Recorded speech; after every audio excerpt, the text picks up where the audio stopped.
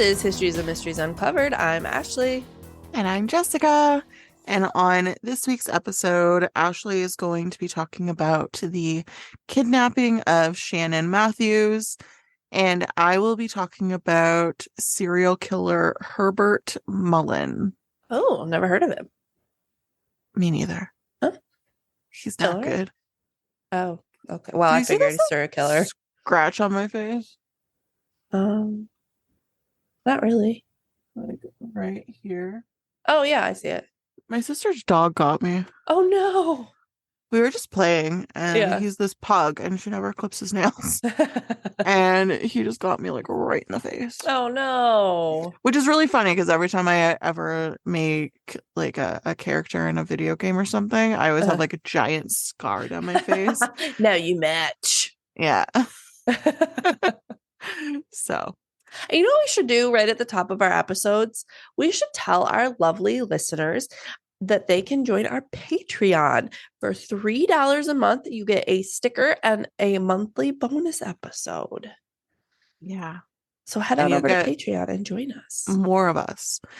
And it's not like we tell our normal stories. Yeah, we do fun things. We get like polls and see what you guys want to hear. And so this month we're going to be reading embarrassing stories.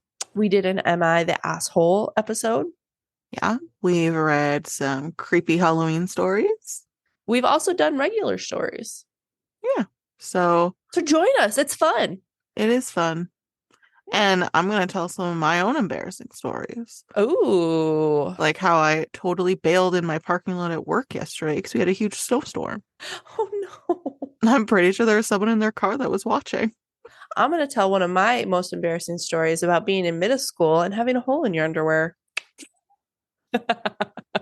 Loser. I know.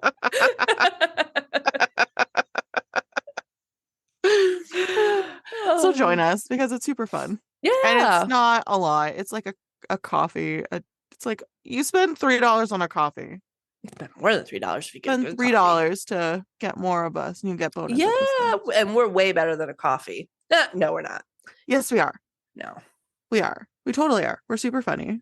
We are, but like I could not go without a coffee. I couldn't. Yeah.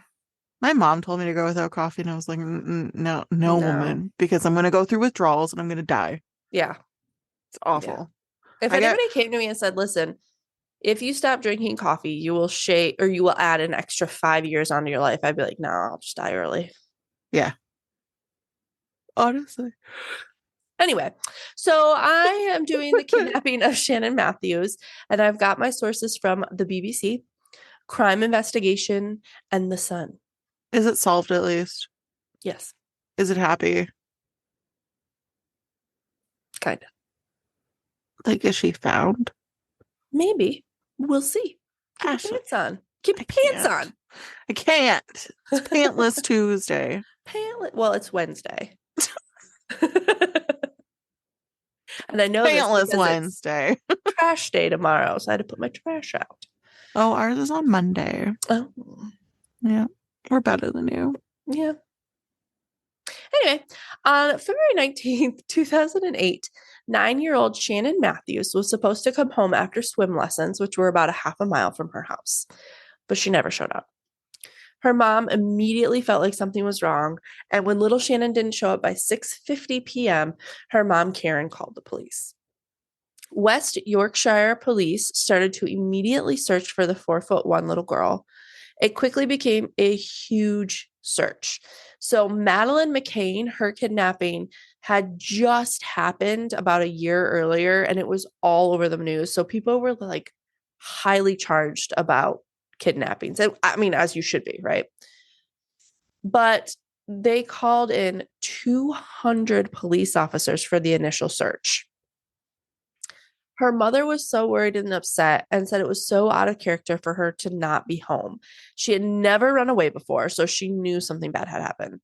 Another officer came to Karen's house to console her and her boyfriend, Craig Megan, who had been with Karen for 3 years. Now, every article I read posted Craig Megan's age, but I could not find anywhere how old Karen is.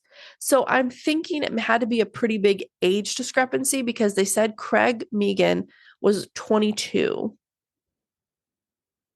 But I couldn't figure out how old Karen was. But in every single article, they mentioned Craig's age. So I feel like, It's weird. yeah, it was You weird. you think that there'd be a little bit more info on that. Yeah. And I could not find Karen's age or like what year she was born or anything. It was weird. Anywho, over the course of the search, over 1,700 people were questioned. The source said 1,700 motorists, which I found weird. So I just wrote people. That is really weird. Maybe it's just because they had like an area blocked off and they wanted to question people going in Maybe. and out. Yeah, maybe. They searched over 1,800 houses, and eventually there were 250 police officers, 60 detectives, and 16 good boy doggos who were brought in to help with the investigation.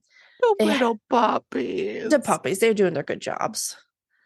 They had helicopters, they had underwater search teams. It became the most extensive investigation since the Yorkshire Ripper 30 years ago. Who Which Jessica Dinish. actually, Was it me? I did this last week too. I thought it was you. Thought it was you. Because I'm pretty sure I did the Hollywood Ripper and then you did the Yorkshire Ripper. Oh, okay. I did it. I have the memory of a goldfish, guys. Oh my gosh. So as the day turned into night, everyone became very concerned for Shannon because the temperatures were below zero. Fog descended on the area, which made the search that much harder. And Karen went on the news pleading for her daughter to come home safe. The community came together to find this little girl. They created pamphlets in several different languages and handed them out. Some even took the bus to Leeds to pass out the pamphlets in malls, pubs, stores, in case she made it that far. The media heavily covered this case, with The Sun putting up £20,000 reward for Shannon's return. And 2 days later, with the help of other local businesses, the reward increased to £50,000. Oh, I accidentally muted myself. I'm back. I was like, what is happening right now? Why are you speaking? The police made a website for the missing girl, Shannon, and released all information they had, including the initial call to police by Karen, which I thought was kind of crazy, but Kind of ballsy. yeah. A few days later, Shannon still wasn't found. But Detective Superintendent Andy Brennan said that someone reported seeing her the day after she went missing around 9:15 a.m. a few streets away from Shannon's home. They also had reports that Shannon was seen between 6:30 and 7:30 playing in the field behind her school the day she went missing. One of the things that police found disturbing was that Shannon could not be found on any of the CCTV recordings, and apparently England has some of the most video surveillance in the world, which I thought was crazy. So, well, they have Interpol, right? Oh, yeah, that is them, isn't it? Right? Or is that Russia? I thought No. the UK had Interpol Yeah. because that's like the Mission Impossible people. Yeah. I don't know. So, without much to go on, police went to Shannon's house and searched her bedroom looking for anything that would help. While there, they found writing on Shannon's bedroom wall, and what they assumed was her writing. It looked like her writing, that she wanted to go live with her estranged father, Leon Rose, instead of with her mother and all of her half siblings. It was also found out that Shannon had told some of her friends that she wanted to run away.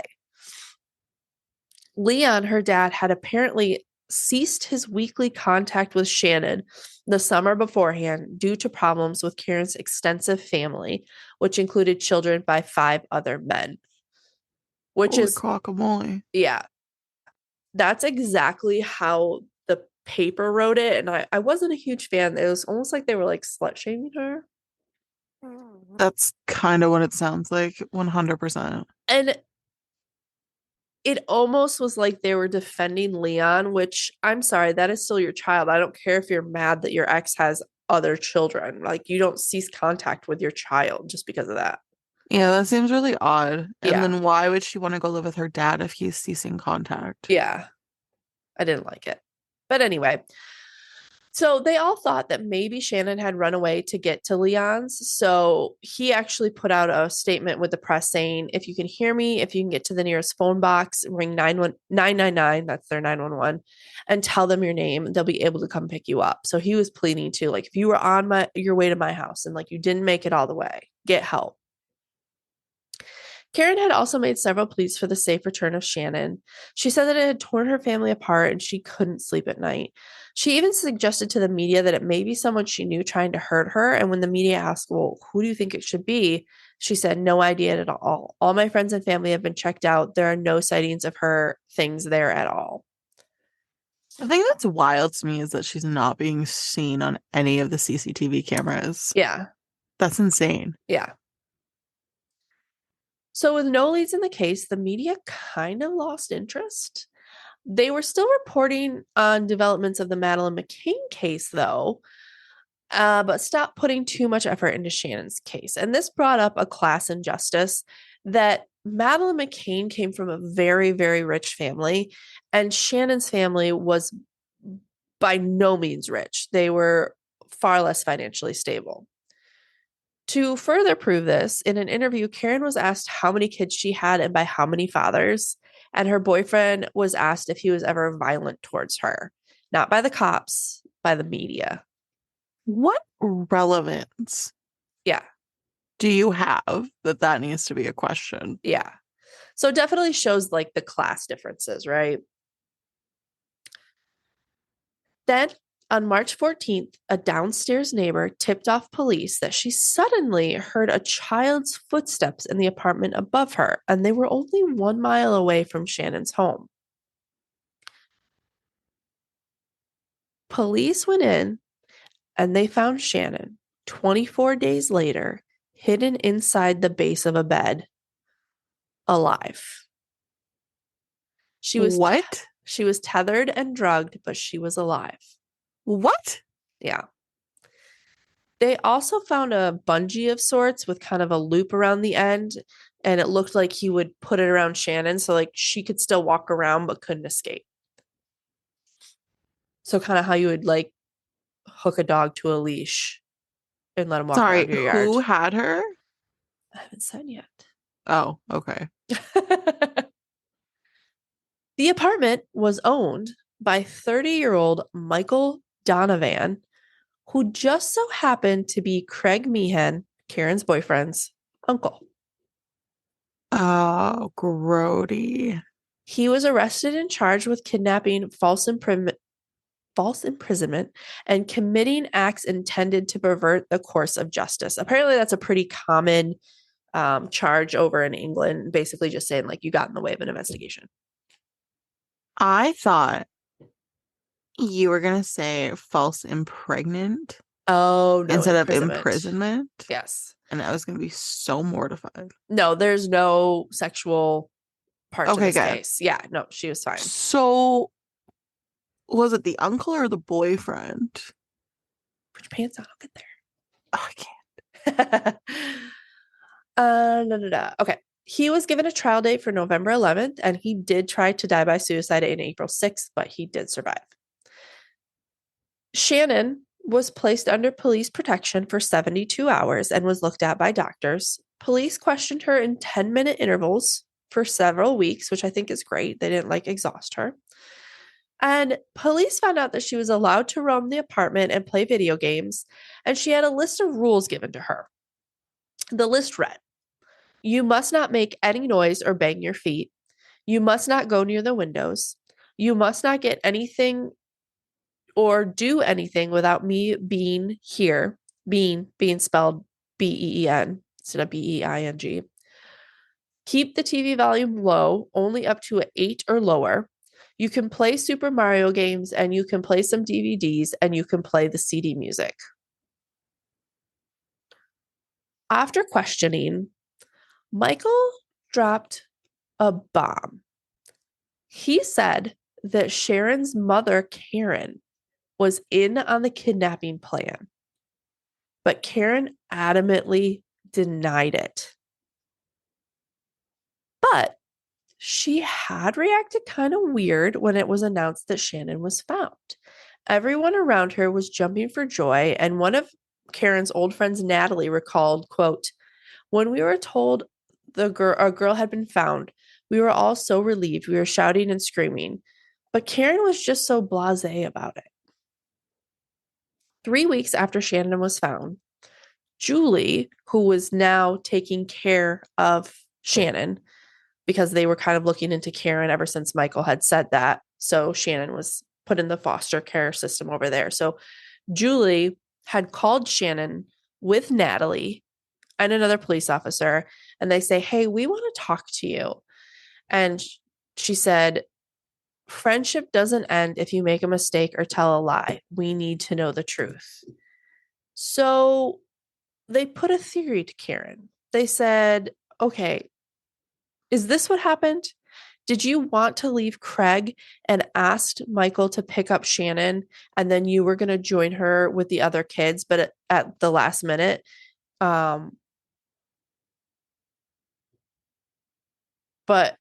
that doesn't make sense. Craig asked me to appear. She was going to join in with the kids, but at the last minute, when she was going to tell Craig, she bottled it. So at the last minute, when she was going to tell Craig that she was leaving him, she didn't. Karen drew in the biggest intake of breath I've ever heard and said, yes, that's right. But it just doesn't make any sense why she would be tied up then and not have to make noise and follow rules. And yeah, right? Detective Constable Christine Freeman was also there, and she started making notes of Karen's confession, and then she arrested Karen. Now, if you talk to Matthew, he said that the actual plan was for him to let her go in a few days, find her, I did air quotes for those listening, then bring her to the police, get the reward money, and split it with Karen, which seems way more feasible with the tying up and the rules and not wanting to be found. And how Karen was disappointed when she was found in the house because she was supposed to be found and get the reward money. that's so gross. Yeah. But why the uncle? That just doesn't make any sense. Maybe he was hard up for money and he just needed some money. I don't know. Maybe. Shortly after this, Karen's boyfriend, who they do not believe was a part of this plan at all, was arrested for child pornography. Like a lot of it, like bad stuff. Not that any child pornography is good stuff, but like real bad stuff. But he didn't really serve much time in jail because he was remanded, and the time he served between he was arrested and his trial date was the amount of time he was given sentence-wise, so he was let go. Karen and Michael were found guilty and sentenced to, what do you think, Jessica? 2 years. How many? 2. Oh, 8 years. That's better. I didn't think that was enough, so I thought you'd like way overestimate it. I'd be like, no, it's only 8 years, so you ruined it. But well, I'm sorry because I have no faith in the legal system, so yeah, I thought that they were going to give not enough years. I was kind of thinking of like the Brock Turner thing. Yeah. Well, don't you worry because Karen was out in 4. Of course she was. Yeah. Good behavior. Yeah. So she was out in 4 years in 2012. She was given a new name and now lives somewhere in the south of England as a born-again Christian. Shannon, who is now 25 years old, was given a new identity and a new family. During Karen's trial, it was told to the court that Shannon had regular nightmares and needed psychotherapy sessions. So we don't obviously know what happened to her. She had a new identity and a new family. So obviously, we don't know. We don't need to know. She can have her own private life. And, I hope the best for her. In 2012, Matthew Donovan was again arrested after acting bizarrely while sitting on the bench for 6 hours a day. And so he was arrested for that. And then he got out and nobody knows what happened to him after that. Really weird. Yeah. Yeah. So Um, that, my friends, is the kidnapping of Shannon Matthews. I was trying to unmute myself. That's wild. Yeah, could you believe the mom was in on it? That's insane. Can you imagine doing that to your child, drugging them and hiding them in a bed frame just to get money? No. No, I couldn't. I don't like it when I have to work past. I don't like it when I have to work late and I don't get to see her Yeah. before bed. Like I cry. Yeah, So, no, 24 days she was kept at this guy's house, that's drugged, insane. and yeah. So I hope she's like super, super rich, doing the best job she could ever think of in a super loving relationship. That's what I hope. Right? That would be amazing. Yeah. I hope so too. It's awful. Yeah. So awful. I am very thankful though that nothing Yeah. sexual happened to her. Yeah. Yeah. Thank God. But poor girl. Yeah. I You can't were out imagine. there, Shannon. Shannon? Yes. Yes. We hope you're doing well. Yeah. So, well, thank you. Yeah. I Let's had hear. never heard of that. I had like, I feel like maybe I heard it on another podcast at some point, but I I googled like crime with twists, with like the biggest twists, and this case came up. So Cool. yeah. Cool. So let me hear All about right. your serial killer. I don't want to tell you. I bet it's bad. Serial killers are never like Dexter. It's very heavy into the mental health. Okay. So content warning. It's pretty graphic in some spots, so content warning. I use Murderpedia and all that's interesting. You know it's bad when you use Murderpedia. Mm-hmm. They always have really bad ones on there, and they get really graphic in detail. Yeah, I didn't use some of the graphics, Yeah. so Okay. we'll get into it. Let's do this. Herbert Mullin, with a name like that. I was just thinking that. Sorry to all the Herberts out there. He anticipated a large-scale earthquake in 1972 close to his Northern California home.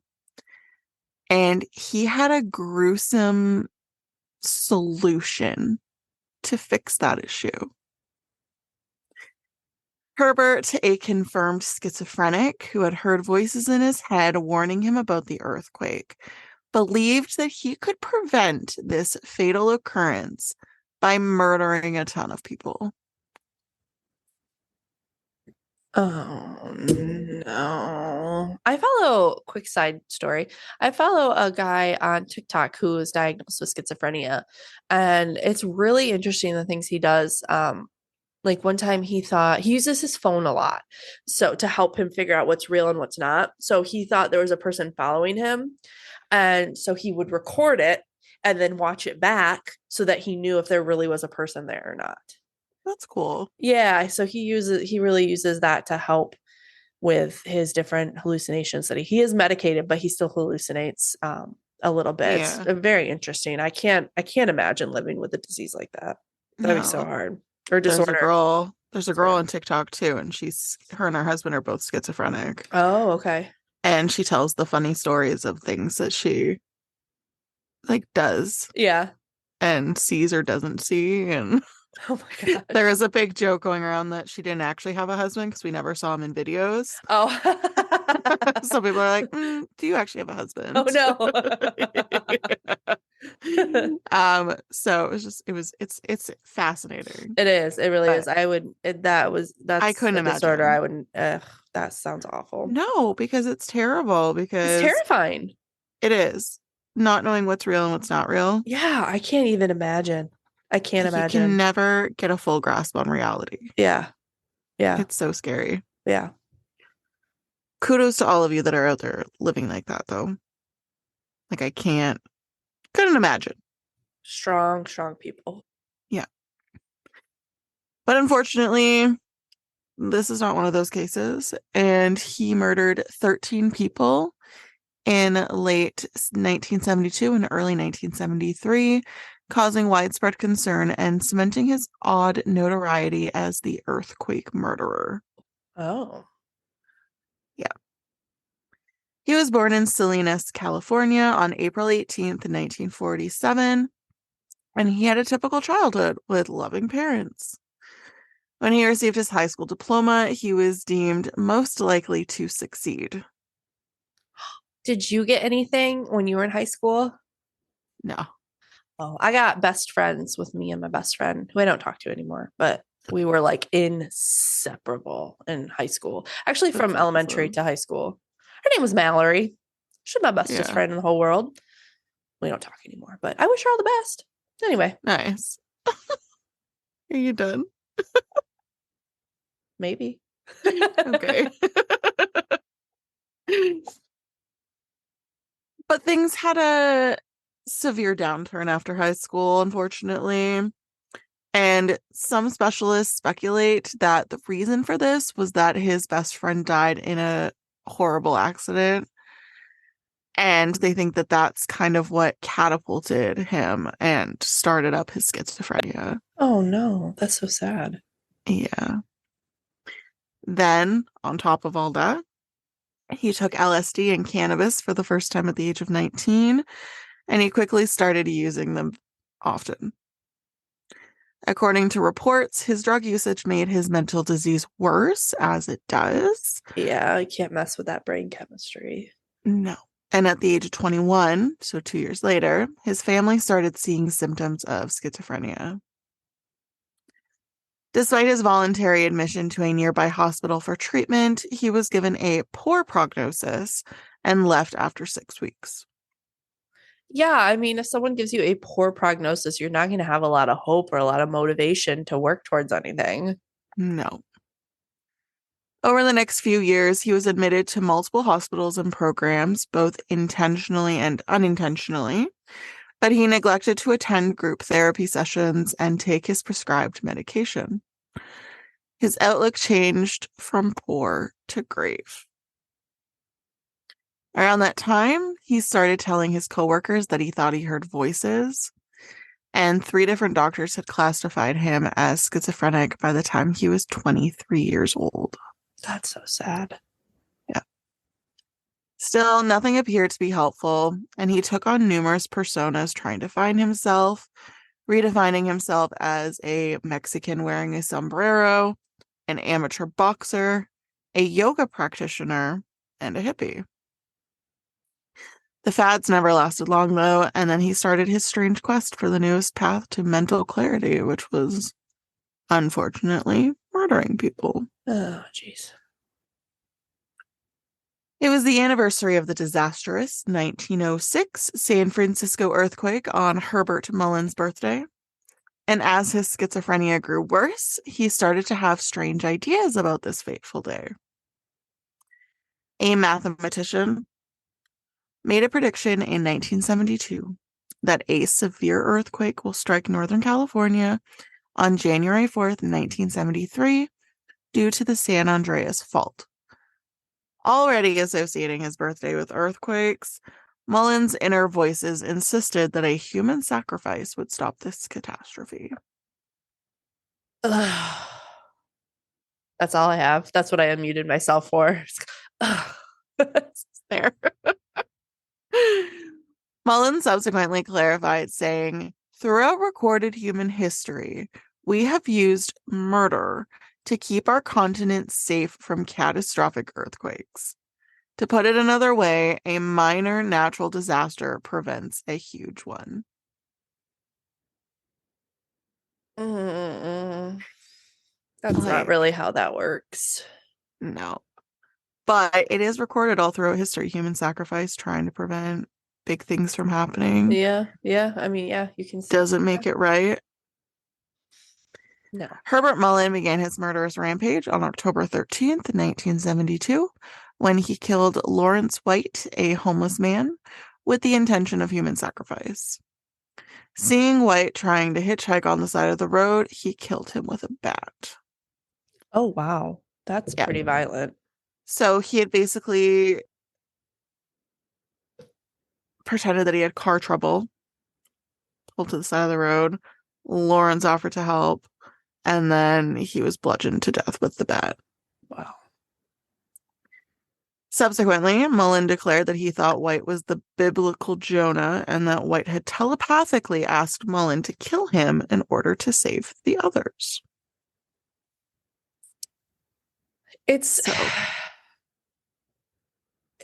what he did is obviously awful, but it's so sad the mental turmoil, mhm, the mental disorder that he's struggling with. I mean, he's so far gone in it. yeah, it's awful. Next was Mary Guilfoyle, who was a college student who had been hitchhiking on October 24th, so only 10 days later, and she was his second victim. After stabbing and mutilating her, Mullin left her body parts all over the roadside. Oh my God. So Did, he's really escalating and very quickly. yeah. Does it ever say like how many people he thought he had to kill, or does he just get out of control? He just got out of control and he ended up killing 13 people. Okay. On November 2nd, Mullin went to a Catholic church to confess his sins to Father Henri Tomei. Believing the priest had also offered himself as a sacrifice, Mullin beat and stabbed the priest to death. Oh God. Mullin ran away after the attack, and Tomei died of bleeding to death in the confessional. Oh, Yep. it's interesting to me, and no, because he had time with Lawrence, that he was way more violent with the woman so far than he was with these two men. Mm-hmm. Yeah. I don't know. I don't know. Maybe it's just because she was easier. She could have been smaller frame. Yeah, well, at first my thought was, well, maybe he had more time with her, but with Lawrence stopped on the side of the road, he could have. And he was a homeless guy too, right? Like Yeah, you'd think that he would have not taken as much time with Mary because she was a student yeah, yeah, and she wasn't homeless. She wasn't just a vagrant. So yeah. Not that there's anything wrong with homeless people. no, it's just, crime of opportunity, Yeah, right? absolutely, absolutely. And like a lot of serial killers do target homeless people Yeah, because a lot of the times they don't have family and they won't be missed. yeah. And whereas, like with a student, she would probably quickly be Yeah, missed. and be reported. Yeah, But at the same time, he killed the Catholic priest. Like that's going to be yeah. True, pretty that's gonna be quick as well. hard to Yeah, hide. he's just all over the place. Yeah. Just a lot of crime of opportunity, I think. Yeah. Then he really escalated when he murdered 5 people in one day on January 25th, 1973. Oh my gosh. There had been no earthquake, and he was even more certain that his murders were averting the calamity Mm, because it was indicated that the earthquake was going to be prior to, right? yeah. On that day, he murdered his longtime friend and his wife, followed by a woman and her 2 children in the home where his friend had previously resided. So Oh it was my just gosh. He murdered children. That's awful. I mean, it's all just awful, but just because they gosh. lived in a home that his friend used to live in. Oh my gosh. Now that he had 8 victims under his belt, on February 6th, he went to a campsite and murdered 4 teenagers at once. Mullin thought he had spoken to them telepathically and that they had granted him permission to kill them. Oh God. On February 13th, so just 7 days later, he was apprehended for the 13th and final time. The man's neighbor saw Mullin's license plate number and alerted the police after Mullin shot and killed the man in his front yard during the middle of the day. Mullin did Wait. not. Oh, the neighbor. The neighbor. I was like, how did he alert the police if he was shot and killed? The neighbor alerted the police, right? Yeah. Okay. Yeah. He didn't fight when he was arrested, and yeah, he just kind of went with them. He was tried for 10 of the 13 killings he committed, and he pleaded guilty to all of them. Furthermore, he attempted to represent himself, Oh no, buddy. but the judge determined that he did not have the mental capacity to do so, Yeah. and he was assigned a public defender. Mullin attempted to fire this public defender, but the judge denied his request. Yeah. During the trial, Mullin discussed the voices he had been hearing, the ones ordering him to kill, and he called the messages die songs. Ooh, I Isn't hate that that. heebie-jeebies? Yeah, that's super. Yeah. Despite this, prosecutors presented evidence indicating premeditation in the crimes, demonstrating that Mullin was legally sane and he was convicted of all 10 murders. He was condemned to life in prison and it was still incarcerated at the Mule Creek State Prison in Ione or Lone, California. I don't fucking know. I think it's Ione, California. Ione. Ione. Sure. I've never I heard of don't it. know. Yeah. He was eligible for parole in 2020 despite being previously denied. And on August 18th, oh, which is kind of interesting. He killed one of his victims on August 18th. Hmm. Oh, that's interesting. Sorry, give me one second, Yeah. because August 18th, August 18th. Swear August 18th was in here previously, because I was like, oh, that's my cousin's birthday. Anyways, I'm pretty sure it was in here earlier, Hmm. but he died. On August 18th, he died at the age of 75 years old, and it Oh. was of natural causes. Oh, that's a rough one. What do you think about him being found mentally sane Um, or legally sane, I guess is the term. I don't know. I mean, I don't know because clearly he had issues, Yeah. but they were able to prove that he premeditatively Yeah. planned these, and that does take some sanity. Yeah, but the reason he was doing it, and he thought, I mean, if you believe everything he says, he thought that they were telling him that he could, like, giving them permit. I'm not saying he should have gone free. I think he should have been guilty by reason of insanity and gone to like a mental health facility instead of jail. But at the same time, someone in his mental capacity wouldn't usually have the means to plan stuff, Mm-hmm. right? A lot of it would have been like a crime of opportunity. Mm-hmm. But with, his first victim, Lawrence White, he did plan that. Yeah. He saw him. He said, oh, I'm not just going to get out of my car and murder him. I'm going to pretend Yeah. that I'm having car trouble, lure Yeah. him over here. Right. And then even with Mary, she was hitchhiking. Yeah. So he would have been like, oh, this is a great opportunity. I'm going to pretend like I'm going to offer her a ride. Yeah. And then with the priest, he's confessing. He's, all of a sudden Mm-hmm. it's like, oh, I'm going to murder this guy. Yeah. I understand that a lot of the times, like, I understand that he was Yeah. mentally insane. He did have problems. But I do think that with the premeditation, that is a problem. Yeah.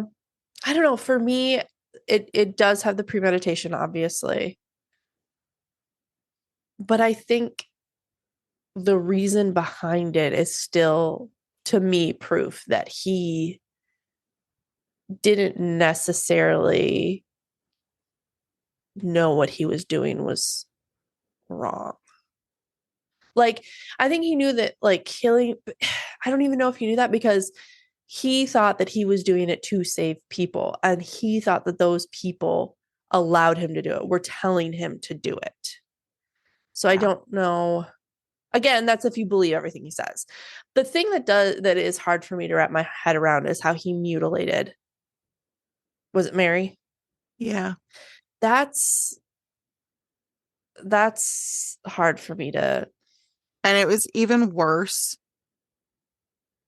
on Murderpedia. I didn't want to go into the details. Yeah, yeah, And that's the thing. I find that the way he killed these people was just very specific. yeah, And he went from bludgeoning with a bat to stabbing yeah, and like dismembering yeah. to, shooting somebody in the head in broad daylight. Yeah, that's a hard one. It's just a So, hard.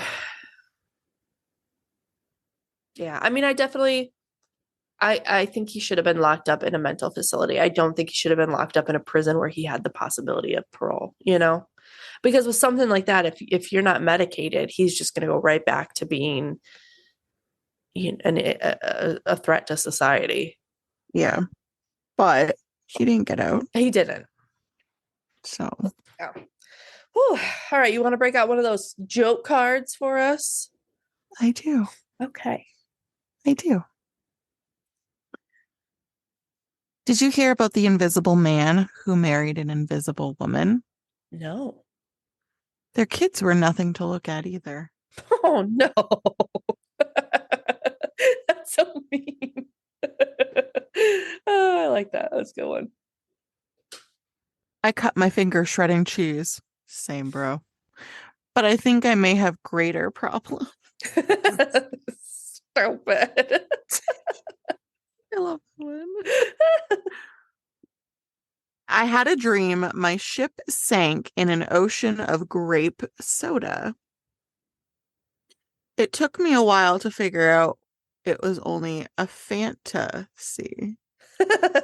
That's also very stupid, and I like All it. right, and one more. Okay.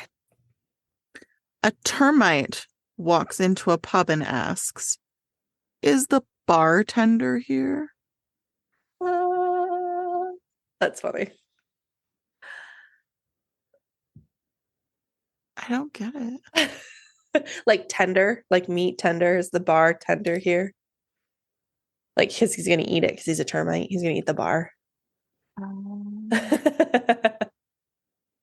Oh, yeah, it's 2 words.